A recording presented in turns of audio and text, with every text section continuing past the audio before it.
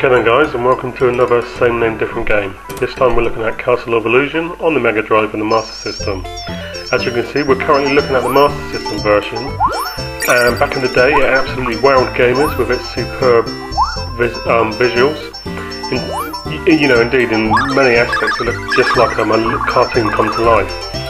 And while Mickey's adventures have certainly got far more realistic, well, cartoon-like as we'll say, this was nevertheless a stunning epic. Created by Sega of America. It's a traditional platformer. Each stage normally comprises of around 3 levels, ending in a boss fight. And as you can see, you start off in a forest, you move over to Toyland. You then, I do believe, go to a giant land which interspaces with a cake world, and the graphics just keep on getting better and better and better. Cake world in particular has some really fantastic parallax scrolling, and it really does show off the Mega Drive well. Now it's quite interesting because unlike the Master System version, which was also by Sega, the Mega Drive one is pretty easy. In a way that sort of doesn't really go against it, because it's such a gorgeous game. You just want to carry on playing it and just see what escapades Mickey's going to get up to next. But the Master System version, you know, if you want a challenge, that's definitely the one to go for. Again, lovely little touches, being chased by an apple. Later on in the game you'll jump into a cup of tea, go around with sugar cubes, really nice. So anyway, here we are looking at one of the later levels. Oh dear, what's happened there? It stopped. What's going on? Okay, I'm not sure what happened there, but here we are. Now this is the second part of the first level. This was gobsmacking back in the day. I mean, even now it still looks really, really good, and while it only lasts for around a minute, it's just a minute of video game perfection. Beautifully constructed level design, fantastic sprite design, and absolutely gorgeous music. I absolutely adore this level. Really, really, really good. And what we'll be doing now is we'll be looking at the Master System version and its own forest level. Now what's interesting with the Master System, as you can see already, is there's 3 doors initially, and unlike the Mega Drive, you can actually choose where you wish to start from. So here we are, as you can see, very similar music. And straight away it's showing its differences because you can pick up a number of different items and use them to jump at enemies. Now one thing that is interesting with the Master System version that makes it that little bit harder than the Mega Drive one is on the Mega Drive, when you jump, you press the same button again to do a bottom bounce. On the Master System you have to use a different button. Now I'm not sure why it does this, but it's a lot tougher, and as a result it adds to the game's overall difficulty. Lots more secrets to be found in the Master System effort, so if you're into this sort of stuff and you love exploring every last nook and cranny, this game is really going to reward you. Be warned though, it is extremely tough. Enemies come thick and fast, as you can see. But there's just tons of secrets to find. Again, you know, considering this is the Master System, you know, Mickey's instantly recognisable. All the other sprites are fairly well detailed, nice, bright and colourful. As you can see, there's a bit of the platforming is far trickier in this than it is in the Mega Drive game. But again, like I said, you know, a lot of people actually prefer this to the Mega Drive version simply because it's much more of a challenge. No, I've not played it, but I'm pretty sure the Game Gear version is non-identical to the Master System one, as was often the case with Game Gear translations. But we'll take a look and find out. So this is Toy World on the Master System, and again you'll soon see how the difficulty ramps up because I'm really rubbish at this. Nice bright sprites. Lovely jaunty music, again very faithful to the Mega Drive outing. Now with these planes even, you can either stun them temporarily, or if you hit those control boxes you'll take them out like that. Now interestingly, this is a dead end up here, so while there's a reward, as in a piece of health, it's really not worth the risk to get it, so I'd advise that you don't bother if you fancy checking it out yourself. So again, it's really interesting because, you know, basically the Sega could have attempted to do a Master System port that was identical to the Mega Drive, and odds are they would have failed dramatically. Look at that, down already.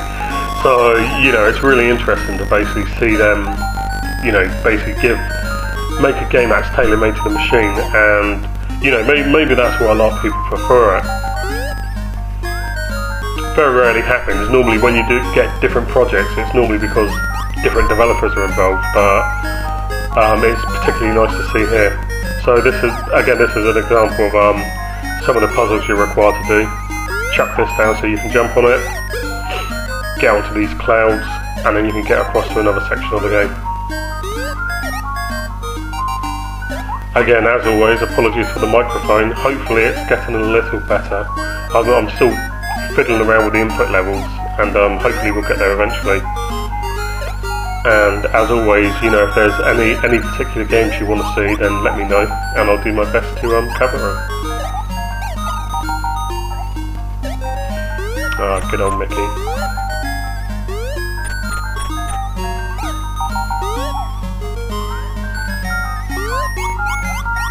Keep on getting asked in the magazine to maybe do a feature on either Mickey Mouse, Disney characters in general, and it's something I'm quite keen on doing. But you just don't realise how many games came out on all the various systems. I mean, there's loads of Mickey Mouse games. I mean, there's about 4 or 5 on the SNES. But you know, we'll certainly consider it. We'll make a cracking good cover as well, I reckon. So we're going to be looking at the Mega Drive version of Toyland at the moment, and you can see how that compares. And again, totally different, far easier as well.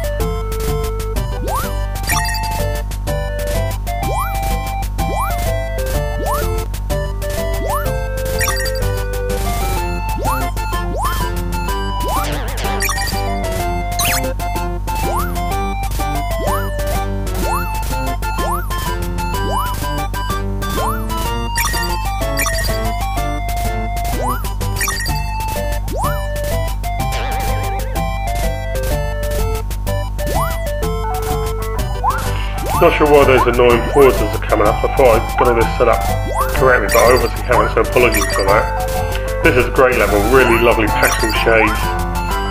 Toy theme, as you can see. Reminds me of Toy Story, I don't know why, because obviously this was years before Toy Story. But whenever I play it now, I just think of Toy Story. Crazy.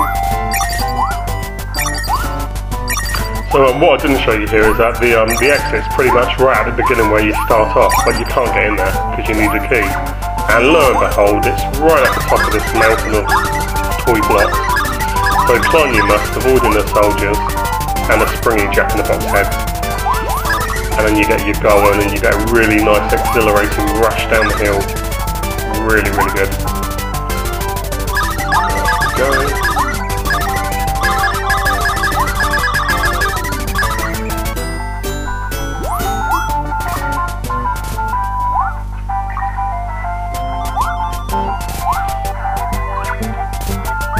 Again, there's some great bosses in both the games.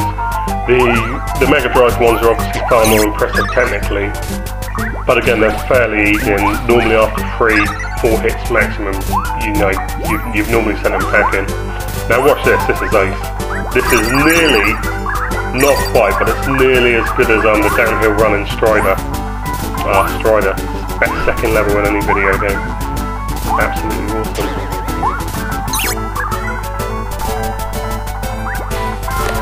And again, look how scared he looks as he's running down. He's like, oh my god. You know, it's like when your legs are propelling you so fast and you're like, oh my god, I'm never going to stop here. But so there you go. That's Mickey Mouse and the Castle of Illusion for both the Master System and the Mega Drive. I'd really obviously love to hear your feedback on these. I am quite enjoying them, but you know, if you've got any other suggestions, this was actually suggested by a forum member whose name I annoyingly can't remember off the top of my head because I just saw it in one of the other threads and thought, oh yeah, that's a good idea. So cheers mate for that, and I'll try and give you a plug later on. But you know, they're both great little games. Obviously, if you're looking for something with a challenge, definitely go for the Master System one.